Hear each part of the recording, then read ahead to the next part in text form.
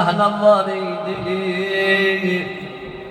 Biri de bu sahneydi ki Zeynep'le gezenin alemi gördüm Allah. Heymenin dalında bir nefer ile yana yana ağlıyor.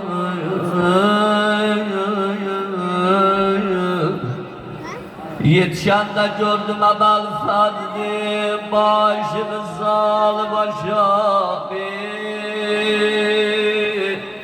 ile yana yana ağlıyor. Kardeş kurban olup gözyaşlarına Ebel Ferdi niye böyle ağlayırsan? Kim düşüp yadına? Ile baktı Zeynep'in yüzüne dedi bazı, burada herkesin anası var. Ali Ekber'in, Ali Asgar'ın anası var. Hüseyin'in anası da sensin. Zam veren de başının üstünde lay lay diyorsun.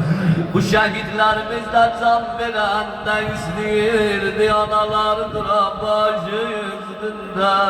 Ele yanar yana diye lay lay. Balam lay lay. Lay lay. Gülüm lay lay. Dedi ya ben ölmemişim.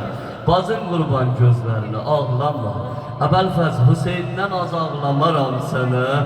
Ay ah, elə ki əsirlər Kərbəladan ayrılırdılar.